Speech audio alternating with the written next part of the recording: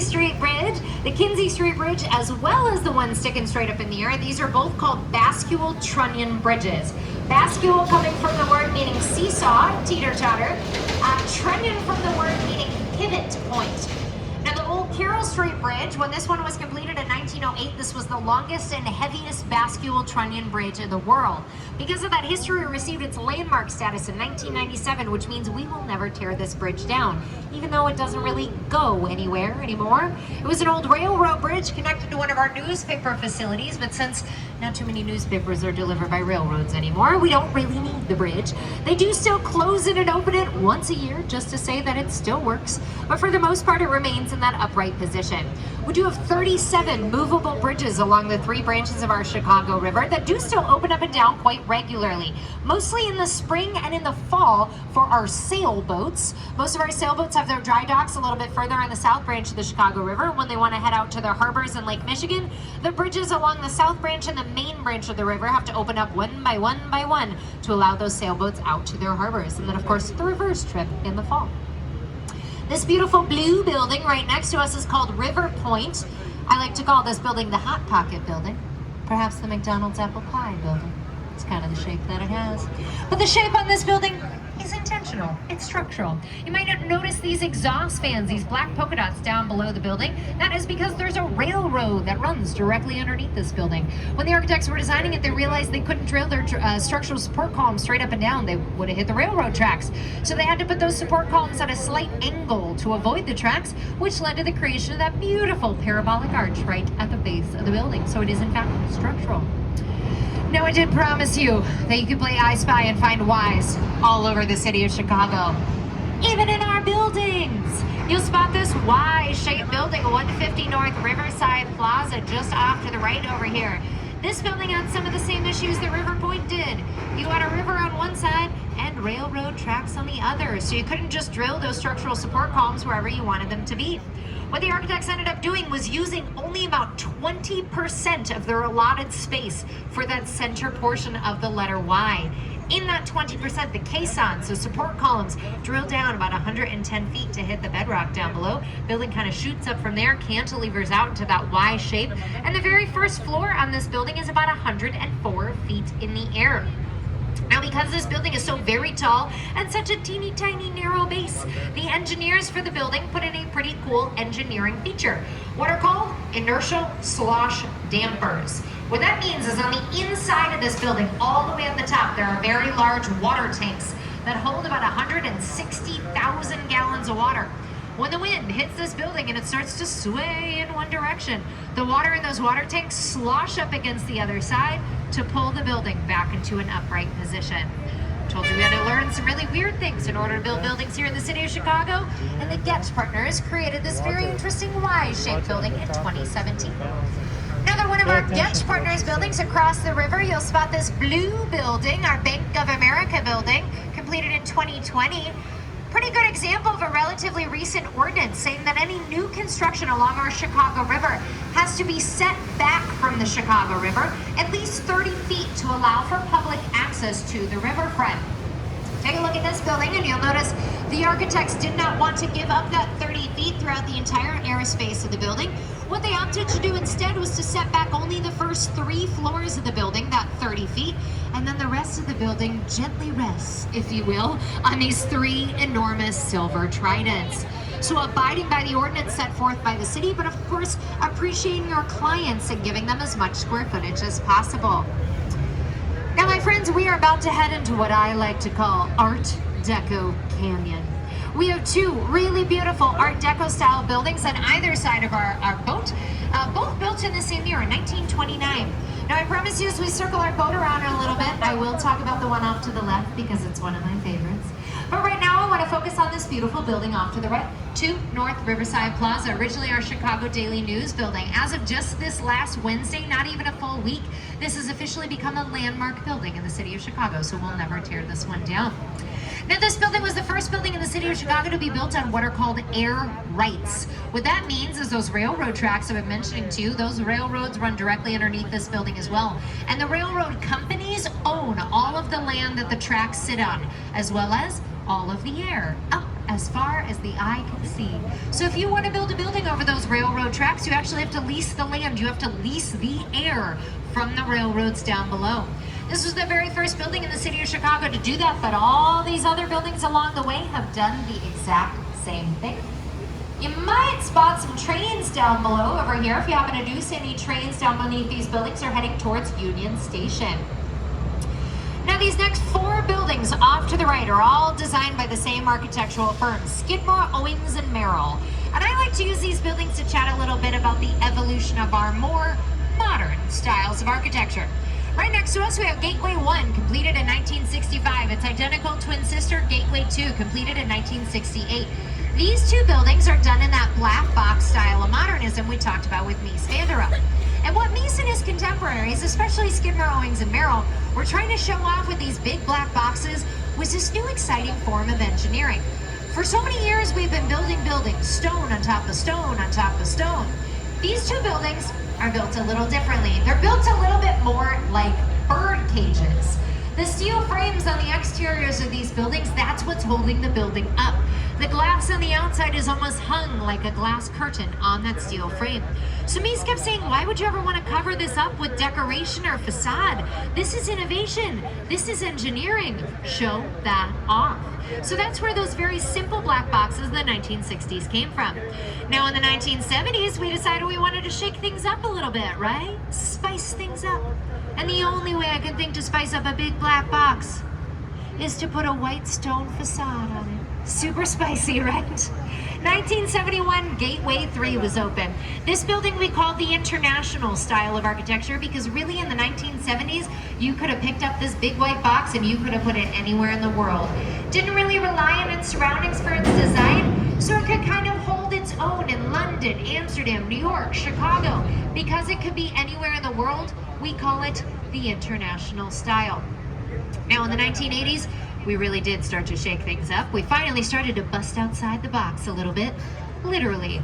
You'll see this curvy green glass building just off to the right, Gateway 4, completed in 1983. This building you cannot pick up and put anywhere in the world. The only place that this building makes sense is right here along our Chicago River. The curve of the building acknowledges the curve of the river down below, and the green glass that covers this building bows out a little bit to create these green, glassy ripples that are meant to look pretty reminiscent to the green, glassy ripples of our Chicago River.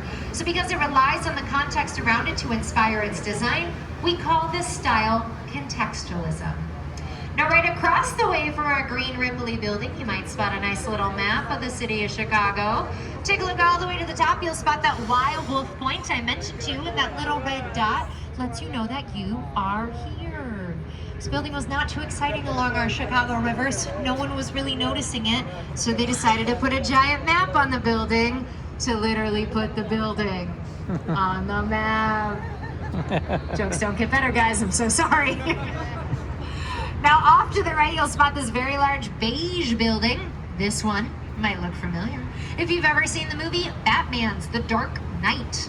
Right at the beginning of that movie, the Joker steals a large sum of money from the Gotham City Bank. He escapes down in a school bus to Lower Wacker Drive, where they eventually blow up a semi-truck. And this is, in fact, the Gotham City Bank, also known as Chicago's old post office. Originally completed in 1932, this was the largest post office in the world. I think my favorite fact about this building, though, is when they finished it in 1932, they left a giant hole in it, intentionally, for some pretty impressive forethought in city planning. Because 25 years later, they decided to run a giant highway system straight through the building. It always kind of blows my mind to think about the architects going, you know, I think in 25 years we might invent the highway system. Better leave a hole, just in case. But it worked. This was used as their post office through until 1996, when the city decided it was far too large and they wanted to shut it down. But they couldn't tear it down because they had run a giant highway system straight through the building. So the building sat vacant for about 20 years. 2016, it was finally purchased, fully renovated to the tune of about $900 million. Today, this building plays home to corporate headquarters such as Walgreens, Uber, and PepsiCo. Now, my friends, we're here along the south branch of our Chicago River, and over here is where I like to start chatting a little bit about those 4 red stars on our city flag that I mentioned to you at the beginning of the tour. We're gonna actually start by talking about star number 2 on the flag, because oddly enough, star number 1 was the last star we added. So we'll get back to that one in a little bit. Star number 2 on our flag stands for a pretty devastating event that took place in Chicago back in the year 1871, the Great Chicago Fire. Now, a couple things you need to know about this city leading up to that fire. Thing number 1, Chicago had about 14 straight weeks of drought leading up to October 8th. So we were a very, very dry city. Thing number 2 is that Chicago's population was booming in the mid-1800s. So we had to build cheaply and we had to build quickly. So we built out of the most common material we had available: wood. We built the cutest little wooden city you ever did see. Till you didn't see it anymore on October 8th of 1871. Not too far from us, just a couple blocks further west, was Mrs. O'Leary's barn. Now, I'm sure some of you have heard the story that poor Catherine O'Leary's cow kicked over the lantern and set the city ablaze. But my friends, we have got to stop blaming poor Bessie the cow. It was not her fault. To this day, we have absolutely no idea what started that fire. What we do know is that the watchmen that evening saw the fire start and they called it into the fire department, but they called it into the wrong address. So the fire department rushed to the wrong address to see no fire around them, and at that point the wind started to pick up, started to push the fire a little bit further east. Everyone here in the city kind of hoped that this giant body of water, the Chicago River, would help protect the city from the fire. Except, like most cities along waterways in the mid-1800s, we were using the river as a dumping grounds for our sewage. So not only did the river not protect us, it actually caught on fire. Fire continued to burn a little bit further east. Eventually the wind shifted, started to push that fire north. It jumped over the river a second time. By the end of that fire, 3 days later, 3.5 miles of our city had burned. 17,450 buildings completely destroyed. About a third of our population was left homeless and 300 people were killed. Absolutely devastating for our city. And yet, it gave us kind of this cool opportunity that not too many other cities got to have. We got to look at the mistakes we made originally and correct them the second time around. We got to learn things, you know, like wood is flammable. I think we would have figured that one out already. But the second time around, we built things out of steel and stone, which kept our city a little bit safer and in fact made it a little bit taller. The very first skyscraper ever in the whole wide world was built right here in the city of Chicago after the Great Chicago Fire. So who knows what our world's architecture might look like had we not had that fire. A couple years after the fire, the journalists reported that it was poor Bessie the cow that kicked over the lantern. Those journalists came out as saying they had lied. They made the whole thing up. Unfortunately, the Irish were not well liked here in the 1870s, and we needed to blame the fire on someone. We needed a scapegoat, or perhaps a escaped cow. And poor Bessie and Mrs. O'Leary got the brunt of it. But my favorite Chicago fact is that in the 1990s, well over 100 years after this thing was done and over with, we felt so bad about blaming the O'Learys and poor Bessie that we actually used taxpayer dollars to have an official pardoning ceremony for the cow. That is 100% real. You can look that up. That is how we roll here in Chicago. We pardon the cows.